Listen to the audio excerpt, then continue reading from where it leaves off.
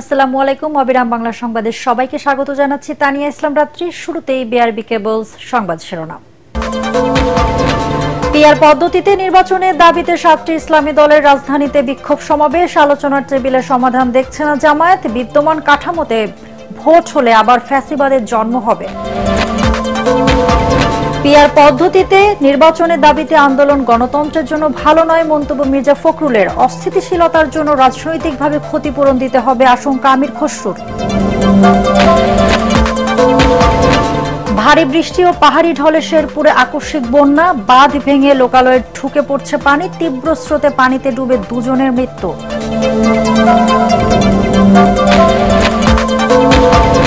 এবং রোববার মহালয়ার মধ্য দিয়ে শুরু হবে দুর্গাপূজার আনুষ্ঠানিকতা। প্রতিমা রাঙাতে ব্যস্ত কারিগররা। সারা দেশের মণ্ডপগুলোতে নিরাপত্তা জোরদার। শুনছিলেন বিআরবি কেবলস সংবাদ শিরোনাম, এবার বিস্তারিত। পিআর পদ্ধতিতে নির্বাচনের দাবিতে রাজধানীতে বিক্ষোভ করেছে জামায়াত ইসলামী সহ ৭টি ইসলামী দল।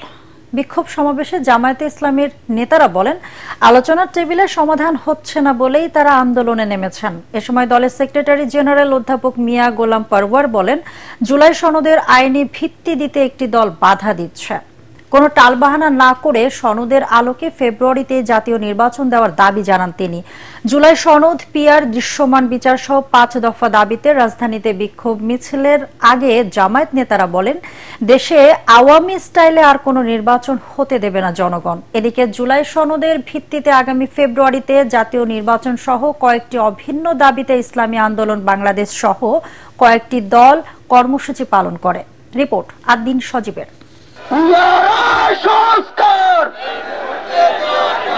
২৪-এর গণ অভ্যুত্থানে ফেসিবাদের পতনের পর রাষ্ট্র সংস্কারের আকাঙ্ক্ষা বাস্তবায়নে এবার রাজপথের আন্দোলনে জামায়াত ইসলামী।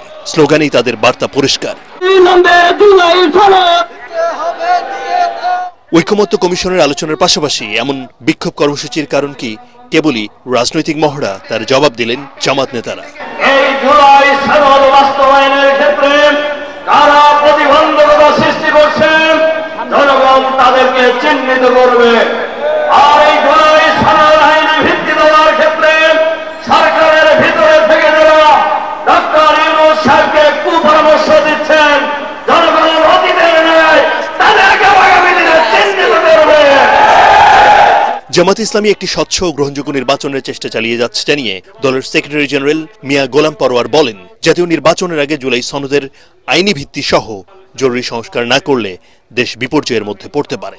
এখন যেহেতু অন্তর্বর্তীকালীন একটি নির্দলীয় সরকার, এটাই হচ্ছে জুলাই সনদের একটা জাতীয় ভিত্তি, সাংবিধানিক ভিত্তি, আইনি ভিত্তি দেওয়ার সবচেয়ে উপযুক্ত নিরাপদ সময়।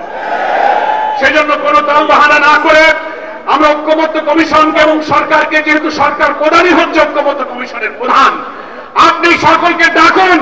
কোন সংকট তৈরি না করে আপনি কনস্টিটিউশন অর্ডারের মধ্য দিয়ে, একটা রেফারেন্ডামের মধ্য দিয়ে, এখনো সময় আছে, আপনি ইলেকশন এই সনদের ভিত্তিতে নির্বাচন করুন। কোন রাজনৈতিক দল বা সরকারের ভেতরে বাইরে যারাই ষড়যন্ত্র করবে তাদের প্রতিরোধ করারও হুঁশিয়ারি দেয় জামায়াত ইসলামী। অন্তর্বর্তীকালীন সরকারকে হুঁশিয়ার করতে চাই, আমরা আপনাদের বাসভবন ঘেরাও করতে দ্বিধাবোধ করব। এদিকে একই দাবিতে ইসলামী আন্দোলন, বাংলাদেশ খেলাফত মজলিস, নেজামে ইসলাম পার্টি সহ 7টি রাজনৈতিক দল কর্মসূচি পালন করে। যদি আপনারা মনে করেন ঐকমত্য কমিশন আপনারা সিদ্ধান্ত করতে না পারেন, সহজ কথা, আপনার গণভোট দেন, রেফারেন্ডাম দেন। যদি জনগণ পিআর সিস্টেম নির্বাচনের পক্ষে থাকে তাহলে আমরা অবশ্যই দাবি করতে পারি। আর যদি জনগণ পিআর সিস্টেম নির্বাচন না চায় তাহলে আমরা দাবি করব না। জুলাই সনদের পূর্ণাঙ্গ বাস্তবায়ন এবং জাতীয় সংসদের উভয় কক্ষে সংখ্যানুপাতিক পদ্ধতি চালু করার দাবিও জানান তারা। আমরা নির্বাচনের আগে আইনি ভিত্তি চাই। আদ্দিন সজীব, এটিএন বাংলা, ঢাকা। এখন আলোচনা চলমান থাকা অবস্থায় পিআরের দাবিতে কিছু দলের আন্দোলন কর্মসূচি দেশের জন্য মঙ্গলজনক হবে না বলে মন্তব্য করেছেন বিএনপি মহাসচিব মির্জা ফখরুল ইসলাম আলমগীর। সিঙ্গাপুর থেকে দেশে ফিরে বিমানবন্দরে তিনি বলেন, বাংলাদেশের ভবিষ্যতের বিষয়ে দেশের মানুষই সিদ্ধান্ত নেবে, বাইরের হস্তক্ষেপের কোনো প্রয়োজন নেই। অন্যদিকে দলের স্থায়ী কমিটির সদস্য আমির খসরু মাহমুদ চৌধুরী জানান, নির্বাচনকে সামনে রেখে কেউ যদি দেশকে অস্থিতিশীল করতে চায় তাহলে তাদের রাজনৈতিকভাবে ক্ষতিপূরণ দিতে হবে। কামরুজ্জামান রাজীবের রিপোর্ট। চিকিৎসা শেষে সহধর্মিণীকে নিয়ে সিঙ্গাপুর থেকে দেশে ফিরে সাংবাদিকদের মুখোমুখি হন বিএনপি মহাসচিব। সাম্প্রতিক রাজনৈতিক পরিস্থিতি নিয়ে সাংবাদিকদের প্রশ্নের জবাবে তিনি বলেন, অমীমাংসিত বিষয়ে ঐক্যমত্যে পৌঁছতে যখন আলোচনা চলছে তখন হঠাৎ পিআর সহ বিভিন্ন দাবিতে ইসলামিক দলগুলোর আন্দোলন কর্মসূচির ভালো ফল হবে না। এ ধরনের দ্বিমুখী সিদ্ধান্তে দেশের গণতন্ত্র বাধাগ্রস্ত হবে মন্তব্য করে আলোচনার মাধ্যমে সব সমস্যার সমাধান হবে বলে আশা প্রকাশ করেন মির্জা ফখরুল। এটা কোনো প্রয়োজন ছিল না, কারণ আলোচনা তো শেষ হয়নি, এখন আলোচনা চলছিল। আলোচনা চলা অবস্থায় এই ধরনের কর্মসূচির অর্থই হচ্ছে যে একটা অহেতুক একটা চাপ সৃষ্টি করা, যেটা আমি মনে করি যে গণতন্ত্রের জন্য শুভ নয় এবং সঠিক সিদ্ধান্ত নেওয়ার ব্যাপারেও শুভ নয়। আমরা পিআরের পক্ষে নই, কারণ আমরা মনে করি যে বাংলাদেশের পিআরের কোনো প্রয়োজনীয়তা নাই। যেটাই করা হোক সেটা জনগণের সমর্থনটা হচ্ছে সবচেয়ে বড় প্রয়োজন। জনগণের সমর্থন আসে নির্বাচনের মধ্য দিয়ে, যে পার্লামেন্ট আসে সেই পার্লামেন্টের মধ্যে সেটা আসে। এদিকে রাজধানীর হাতিরঝিলে গণ অধিকার পরিষদের সভাপতি নুরুল হক নূরকে দেখতে গিয়ে আমির খসরু মাহমুদ চৌধুরী বলেন, রাজনৈতিক দলের দাবি দেওয়ার সাথে নির্বাচনের কোনো সম্পর্ক নেই। তিনি বলেন, গণতন্ত্রে বিশ্বাস করলে জনগণের উপর আস্থা রাখতে হবে। নির্বাচনের সাথে কোন পার্টির কি দাবি দেওয়া এটা কোনো সম্পর্ক নাই। তাদের দাবি দেওয়া থাকতেই পারে, সেই দাবি দেওয়া নিয়ে তারা জনগণের কাছে যেতে হবে, জনগণের ম্যান্ডেট নিয়ে সংসদে আসবে, পাশ করতে পারবে, কোনো অসুবিধা নাই। কিন্তু নির্বাচনী প্রক্রিয়ার সাথে এগুলো কোনো সম্পর্ক নেই। কেউ যদি অস্থিতিশীল করতে চায় তাদেরকে রাজনৈতিকভাবে এটার জন্য ক্ষতিপূরণ দিতে হবে। নির্বাচনের মাধ্যমে জনগণের ম্যান্ডেট নিয়ে নিজেদের দাবি পূরণের আহ্বান জানিয়ে তিনি বলেন, অন্যথায় দেশে স্থিতিশীলতা আসবে না, পরাজিত শক্তির ফিরে আসার দ্বার উন্মোচিত হবে। তাদেরকে রাজনৈতিকভাবে। কামরুজ্জামান রাজীব, এটিএন বাংলা, ঢাকা। ভারী বৃষ্টি ও পাহাড়ি ঢলে শেরপুরের ঝিনাইগাতির আকস্মিক বন্যার উজানে উন্নতি হলেও ভাটিতে জলাবদ্ধতা সৃষ্টি হয়েছে। এছাড়া পাহাড়ি ঢলে পানিতে জেলার ঝিনাইগাতি উপজেলার মুহারশী ও নালিতাবাড়ি উপজেলার চেল্লাখালী নদীতে স্রোতের পানিতে ডুবে 2 জনের মৃত্যু হয়েছে। স্থানীয় বাসিন্দারা জানান, বৃহস্পতিবার দুপুর থেকে মহারশী ও সোমেশ্বরী নদীর পানি বাড়তে শুরু করে। এক পর্যায়ে মহারশী নদীর বাঁধ ভেঙে লোকালয় ও উপজেলা সদর বাজারে পানি ঢুকে পুরো এলাকা ও নালিতাবাড়ি উপজেলার চেল্লাখালী নদীর পানি বেড়ে গোল্লার বিল এলাকা প্লাবিত হয়েছে। ঝিনাইগাতি উপজেলা নির্বাহী অফিসার আশরাফুল আলম রাসেল জানান, মহারশী নদীর পানির তোরে ডাকাবর ও দুপুরিয়া এলাকায় ভাঙনের কারণে 20 থেকে 25টি বাড়ি ঢলের পানিতে প্লাবিত হয়েছে, তবে এখনো তেমন ক্ষয়ক্ষতি হয়নি। এদিকে জেলা প্রশাসক তফদ্দার মাহমুদুর রহমান জানান, বন্যা মোকাবেলায় সব ধরনের প্রস্তুতি নেওয়া হয়েছে। রাজশাহী বিশ্ববিদ্যালয় কেন্দ্রীয় ছাত্র সংসদ রাকসু নির্বাচনকে ঘিরে বিশ্ববিদ্যালয় ক্যাম্পাসে বিরাজ করছে উৎসবের আমেজ। সকাল থেকে রাত অবধি বিভিন্ন পদপ্রার্থী ও সমর্থকরা লিফলেটে হাতে ছুটে বেড়াচ্ছেন ক্যাম্পাসের আনাচে কানাচে। কেউ গান গেয়ে আবার কেউ আবৃত্তি করেও মন জয়ের চেষ্টা করছেন ভোটারদের। প্রশাসনিক ভবন, সিনেট ভবন, কৃষি অনুষদ, চারুকলা অনুষদ, কলা অনুষদ, রবীন্দ্র ভবন এবং শিক্ষার্থীদের আবাসিক হল জুড়ে সর্বত্র ভোটের আমেজ। এর আগে বৃহস্পতিবার শেষ হয় 4র্থ দিনের প্রচারণা। এখন পর্যন্ত কোনো পক্ষ থেকেই আচরণবিধি লঙ্ঘনের লিখিত অভিযোগ পাওয়া যায়নি বলে জানিয়েছে রাকসু নির্বাচন কমিশন।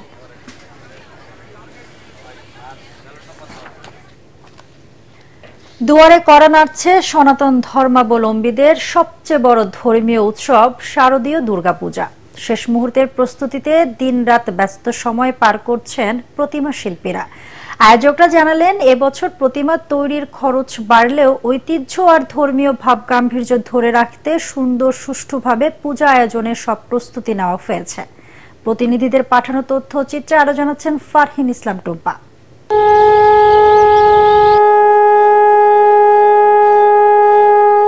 অশুভ শক্তির বিনাশ আর জগতের শান্তি প্রতিষ্ঠায় রোববার মহালয়ার মধ্য দিয়ে শুরু হচ্ছে এবারের শারদীয় দুর্গোৎসব। নারায়ণগঞ্জে 224টি পূজা মণ্ডপে অনুষ্ঠিত হবে এবারের দুর্গাপূজা। এ উপলক্ষে শেষ মুহূর্তে প্রস্তুতি সারছেন প্রতিমা কারিগররা। বাঁশ, খড় আর কাদামাটি দিয়ে প্রতিমার কাজ প্রায় শেষ। এখন প্রতিমাকে রাঙিয়ে তুলতে ব্যস্ত শিল্পীরা। কাস্টমারের প্রচুর চাপ, কাজ তাড়াতাড়ি ডেলিভারি দিতে হবে। আমরা আমাদের মনের মতো করে সাজিয়ে তোলার চেষ্টা করতেছি। এবার দেবী দুর্গা আগমন করবেন গজে অর্থাৎ হাতিতে, আর প্রস্থান হবে দোলায় চড়ে। আমাদের মা শান্তির বার্তা নিয়ে আসছেন এবং সবার মঙ্গল কামনার্থে। পূজার সার্বিক নিরাপত্তা নিশ্চিতে নেওয়া হয়েছে 4 স্তরের নিরাপত্তা ব্যবস্থা। আমাদের একটা সামাজিক মেলবন্ধন আছে চমৎকার, এই মেলবন্ধনে আমরা এই পূজা করব। আমরা এই প্রতিমা তৈরির সময়টাতে তাদের নিরাপত্তা দেওয়ার ব্যবস্থা রাখছি। নরসিংদীতেও কারিগরদের নিপুণ হাতে ছোঁয়ায় চলছে প্রতিমা তৈরির শেষ সময়ের কাজ। কারিগররা জানান, প্রতিমা তৈরির সামগ্রীর দাম বাড়লেও মজুরি বাড়েনি। মোটামুটি সব জিনিসের দাম বাড়তি, খেরের দাম, মাটির দাম, বাঁশের দাম, তারপরে তার কাটা, সুতলি, রং। এবছর 362টি মণ্ডপে দুর্গাপূজা অনুষ্ঠিত হতে যাচ্ছে জেলায়। আইন শৃঙ্খলা রক্ষায় নিয়মিত মনিটরিং চলছে বলে জানায় প্রশাসন। প্রশাসনের সর্বস্তরের মানুষ কিন্তু আমাদের সাথে তাৎক্ষণিক আমাদের মত বিনিয়োগ করছেন এবং আমাদের সাথে খোঁজখবর নিচ্ছেন। প্রতিটা মণ্ডপে 100 ভলান্টিয়ার উপস্থিত থাকবে, যেন সারা রাত্র সারা দিন ব্যাপী মানে এক সপ্তাহের ভিতরে যেন কোনো কিছু বিশৃঙ্খলা সৃষ্টি না হয়। মাগুরায় 621টি মণ্ডপে উদযাপিত হবে এবারের দুর্গাপূজা। শান্তিপূর্ণ পরিবেশে পূজা উদযাপন নিশ্চিতে ব্যাপক নিরাপত্তা ব্যবস্থা নেওয়ার কথা জানিয়েছে জেলা প্রশাসন। আমি আমার এই কাজ শিখেছি আমার বাবার কাছ থেকে, দেখে দেখে শিখেছি। রেখাদির সঙ্গে ভাস্করগিরিতে আসছি এই প্রথম, তবে আমাদের পাড়ার কিছু ছেলেপেলে আছে, তারা এই কাজকর্মগুলো করে। আমরা চাচ্ছি যে শান্তিপূর্ণভাবে যেন আমরা পূজাটা শেষ করতে পারি। আশা করি যে আমরা গত বছরের চেয়ে এবছর আমাদের প্রস্তুতি আমরা ভালোভাবে নিয়েছি। আগামী 8 সেপ্টেম্বর ষষ্ঠী দিয়ে শুরু হবে দুর্গাপূজার মূল আনুষ্ঠানিকতা, আর শেষ হবে 2 অক্টোবর প্রতিমা বিসর্জনের মধ্য দিয়ে। ফারহিন ইসলাম টুম্পা, এটিএন বাংলা। সীমান্তে বিএসএফ এর গুলিতে নিহত ফেলানির ছোট ভাই আরফান হোসেন বিজিবি সিপাহী পদে চাকরি পেয়েছেন।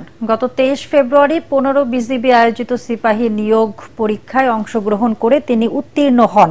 লালমনিরহাটে 15 বিজিবি ব্যাটালিয়ন সদর দফতরে আয়োজিত অনুষ্ঠানে ব্যাটালিয়নের অধিনায়ক লেফটেন্যান্ট কর্নেল মেহেদী ইমাম আরফান হোসেনের হাতে নিয়োগপত্র হস্তান্তর করেন। লেফটেন্যান্ট কর্নেল মেহেদী ইমাম বলেন, ফেলানির ছোট ভাই বিজিবি নিয়োগ পরীক্ষায় সফলভাবে উত্তীর্ণ হয়েছেন। 19 সেপ্টেম্বর থেকে তিনি সংশ্লিষ্ট প্রশিক্ষণ কেন্দ্রে গিয়ে আনুষ্ঠানিক প্রশিক্ষণ গ্রহণ করবেন। তিনি বলেন, সীমান্তে ফেলানি হত্যার মতো নৃশংস ঘটনা ভবিষ্যতে যাতে আর না ঘটে সেই বিষয়ে বিজিবি সর্বদা সীমান্তে অত্যন্ত সতর্ক ও সচেষ্ট রয়েছে।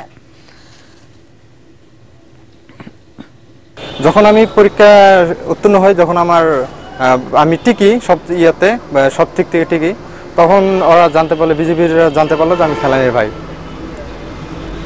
এবং সামনে আমার এই ট্রেনিং আছে, আপনারা সবাই আমাদের জন্য দোয়া করবেন। আমার আশা ছিল যে একটা ছেলে মানুষ করে। বিশ্বব্যাপী উৎসাহ উদ্দীপনার মধ্য দিয়ে পালিত হলো 19তম বাঁশ দিবস। এবছর দিবসটির প্রতিপাদ্য নির্ধারণ করা হয়েছে next generation bamboo solution innovation and design. দিবসটি উপলক্ষে ঢাকায় একটি বিশেষ অনুষ্ঠানের আয়োজন করা হয়। এ সময় বক্তারা নির্মাণ শিল্প, আসবাবপত্র, টেক্সটাইল ও হস্তশিল্পে বহুমুখী ব্যবহারের পাশাপাশি পরিবেশ সংরক্ষণ ও জলবায়ু পরিবর্তন মোকাবেলায় বাঁশের ভূমিকা তুলে ধরেন। একই সাথে ভবিষ্যৎ প্রজন্মের জন্য টেকসই ও পরিবেশ বান্ধব সমাধান নিশ্চিত করবে। এ সময় অ্যাগ্রো লিঙ্ক অ্যাডভান্সমেন্ট প্ল্যাটফর্মের আহ্বায়ক ও অতিরিক্ত সচিব জাকির হোসেন সহ বিশেষজ্ঞ, উদ্যোক্তা ও গবেষকরা অংশ নিয়ে বাঁশের প্রযুক্তি, উদ্ভাবনী নকশা ও বাজার সম্প্রসারণ নিয়ে আলোচনা করেন। লাভজনক হওয়ায় ঝালকাঠিতে বাড়ছে আমড়া চাষ। বাগান করার 3 বছরের মধ্যে ফলন আর উৎপাদন হয় 15 থেকে 20 বছর পর্যন্ত। এছাড়াও নেই বাড়তি উৎপাদন খরচ। প্রতিদিন জেলার বিভিন্ন হাটে কেনাবেচা হচ্ছে লাখ টাকার আমড়া। ঝালকাঠির প্রতিনিধি এইচ.এম. নাসির উদ্দিনের পাঠানো তথ্য ছবিতে আরো জানাচ্ছেন ফারহিন ইসলাম টুম্পা। দেশজুড়ে চাহিদা বাড়ায় সুস্বাদু ও পুষ্টিকর ফল আমড়ার আবাদ দিন দিন বাড়ছে। সবচেয়ে বড় হাট ভীমরুলি ছাড়াও জেলার ছোট বড় সব হাটেই বেচাকেনা চলছে আমড়ার। প্রতিদিন এসব হাট থেকে পাইকাররা আমড়া কিনে সরবরাহ করছেন সারা দেশে। কৃষক পর্যায়ে প্রতি মণ আমড়া 1200 থেকে 1500 টাকায় বিক্রি হচ্ছে। কৃষকদের আশা মৌসুম শেষে দাম আরও বাড়বে। এ অঞ্চলের আবহাওয়া ও মাটি আমড়া চাষের উপযোগী হওয়ায় উৎপাদন বাড়াতে কৃষকদের নিয়মিত পরামর্শ দিচ্ছে জেলা কৃষি বিভাগ। আমড়াতে আমাদের ভিটামিন সি থাকা এবং অন্যান্য পুষ্টিগুণ থাকা, এটা চাহিদা বেশ ভালো আছে এবং এবছর বাজারে আমরা দামও ভালো পাচ্ছে কৃষকরা। আশা করি ভবিষ্যতেও আমরা চাষ সম্প্রসারণের জন্য আমাদের কৃষি বিভাগের তরফ থেকে বিভিন্ন ধরনের প্রযুক্তিগত সহায়তা এবং প্রশিক্ষণের ব্যবস্থা গ্রহণ করা হবে। চলতি মৌসুমে ঝালকাঠিতে 602 হেক্টর জমিতে আমড়ার আবাদ হয়েছে, যা থেকে 4578 মেট্রিক টন ফলন পাওয়া যাবে বলে আশা করছে জেলা কৃষি বিভাগ। Bureau report, ATN Bangla. এবার আন্তর্জাতিক সংবাদ।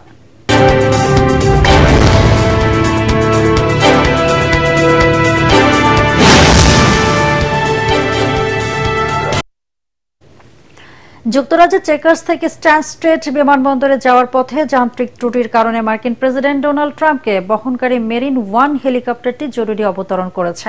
এ সময় ফার্স্ট লেডি মেলানিয়া ট্রাম্পও সঙ্গে ছিলেন। স্থানীয় সময় বৃহস্পতিবার হোয়াইট হাউসের প্রেস সেক্রেটারি ক্যারোলিন লিভিটস এক বিবৃতিতে এই তথ্য জানান। তিনি বলেন, প্রেসিডেন্ট ডোনাল্ড ট্রাম্পকে বহনকারী মেরিন ওয়ান হেলিকপ্টারে একটি ছোট হাইড্রোলিক সমস্যার কারণে এবং অতিরিক্ত সতর্কতামূলক পদক্ষেপ হিসেবে পাইলটরা স্ট্যানস্টেড বিমানবন্দরে পৌঁছানোর আগেই একটি স্থানীয় বিমানবন্দরে অবতরণ করেন। তিনি আরো বলেন, প্রেসিডেন্ট এবং ফার্স্ট লেডি নিরাপদে বিকল্প হেলিকপ্টারে চড়েছেন।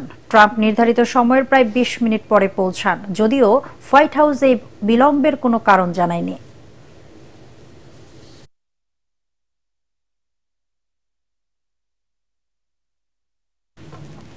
কক্সবাজারের টেকনাফে যৌথ অভিযান চালিয়ে অপহরণের শিকার নারী ও শিশুসহ 66 জনকে উদ্ধার করেছে নৌবাহিনী ও কোস্টগার্ড। টেকনাফের বাহারছড়া ইউনিয়নের কপছপিয়া পাহাড়ে এই অভিযান পরিচালনা করা হয়।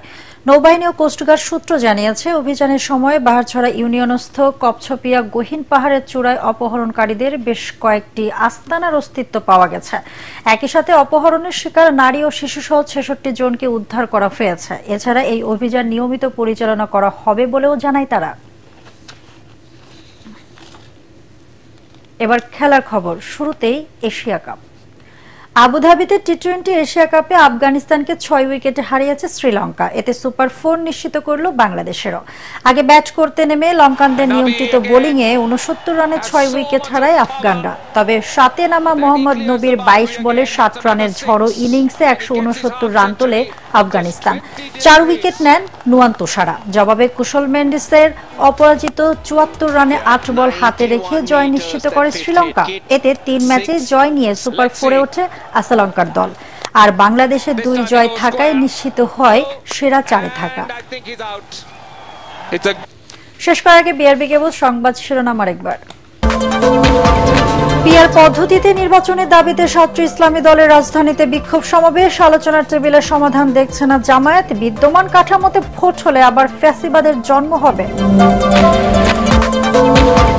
পিআর পদ্ধতিতে নির্বাচনের দাবিতে আন্দোলন গণতন্ত্রের জন্য ভালো নয় মন্তব্য মির্জা ফখরুলের। অস্থিতিশীলতার জন্য রাজনৈতিকভাবে ক্ষতিপূরণ দিতে হবে আশঙ্কা আমির খসরুর। ভারী বৃষ্টি ও পাহাড়ি ঢলে শেরপুরে আকস্মিক বন্যা। বাঁধ ভেঙে লোকালয়ে ঢুকে পড়ছে পানি। তীব্র স্রোতে পানিতে ডুবে 2 জনের মৃত্যু।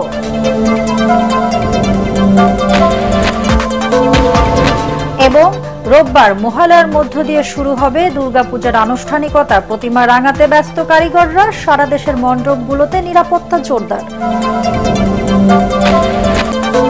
দর্শক, পরবর্তী সংবাদ দেখার আমন্ত্রণ জানিয়ে এখনকার মতো শেষ করছি। এটিএন বাংলা সংবাদ ইউটিউবে দেখতে ব্রাউজ করুন youtube/ATN বাংলা নিউজ। ধন্যবাদ সবাইকে।